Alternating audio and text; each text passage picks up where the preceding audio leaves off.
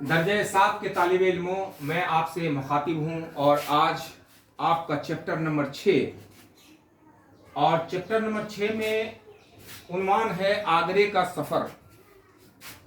आगरे के सफ़र में जो ये मजमून है, इससे दो बातें हमको सिखाने की कोशिश की गई है कि हम इसमें ख़त किस तरह से लिख सकते हैं। एक ख़त के ज़रिया आगरे के सफ़र को दर्शाने की कोशिश की गई है।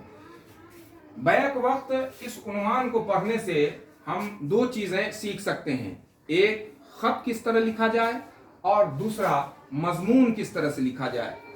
ख़त का तो अब ज़माना नहीं रहा, क्योंकि मोबाइल, इंटरनेट और दूसरे जो ज़राए ईजाद हुए हैं, इसके वजह कर ख़त व किताबत का सिलसिला अब मुख्तसर से मुख्तसर तरीन होता चला जा रहा है। लेकिन हम ये जानते हैं कि मजमून जो है उसका ज़माना कभी ख़त्म नहीं होगा, क्योंकि मजमून जब तक कि आप तारीख़ नहीं जानेंगे, जिस मौजू पर आप गुफ्तगू करना चाहते हैं उस मौजू के तारीख़ को अगर से आप नाबलद हैं, नावाकिफ़ हैं, तो आप मजमून नहीं लिख पाएंगे। इसलिए मजमून का दौर कभी ख़त्म नहीं होगा।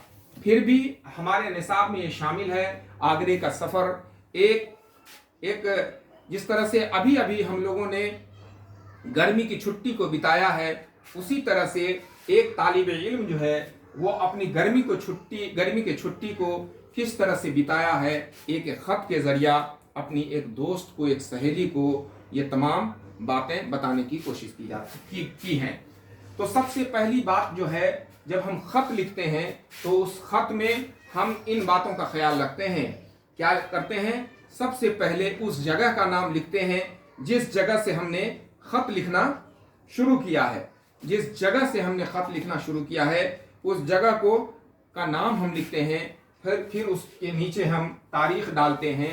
फिर उसके बाद जो है हम अलक़ाब के साथ जिसको हम मुखातिब कर रहे हैं उसका नाम लिखते हैं।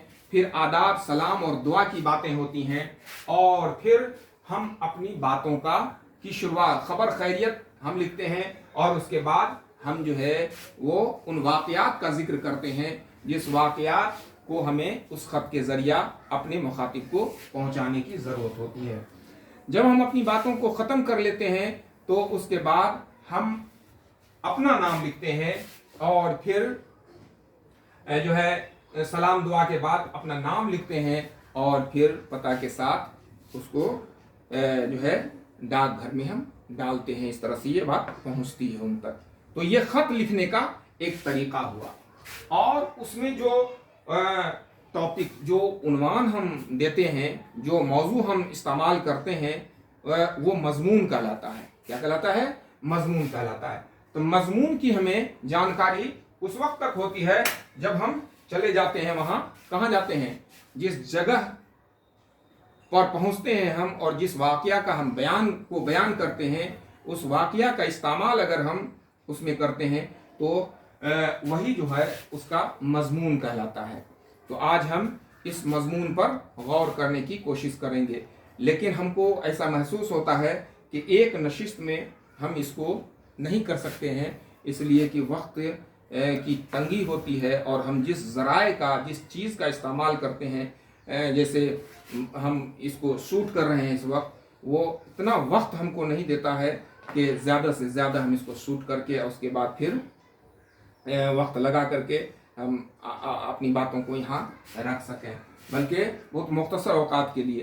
तो ये ख़त जो लिखा जा रहा है, ये ख़त लिख रही है एक लड़की जिसका नाम है सादिया। सादिया को ख़त लिख रही है, और कौन लिख रही है? सबा नाम की लड़की, एक सहेली है, जो ये कहने के लिए जा रही है। सबसे पहले जैसा कि मैंने कहा था कि जिस जगह से लिखा जाता है उस जगह का नाम, तो ये लिखती है 152 ए जामिया नगर, ओखला, नई दिल्ली, और उसके बाद पिन कोड देती है, और फिर मुखातिब करती है जिसको लिखना होता है।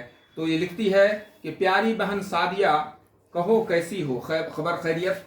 गर्मी की छुट्टियों में मुझे चचा जान की फैमिली के साथ आगरा जाने का मौका मिला। ये आगरा गई है और इसकी तफसीलात वो बयान कर रही हैं कि आगरा जाने का मौका मिला, और हम उसी की तफसीलात जो है इस ख़त में तुम्हें लिख रहे हैं। किन किन मकामात पर हम गए, ये तारीख़ी मकामात जाने के बाद मैंने वहाँ क्या क्या देखा, इन तमाम चीज़ों का हाल आज मैं तुमको सुनाने जा रहा हूँ। तो ये बातें इसमें लिखने की कोशिश की गई हैं। किसने लिखा है इसको? सादिया ने लिखा है। और किसके नाम लिखा है? ये सादिया को लिखा है और ये सबा ने लिखा है।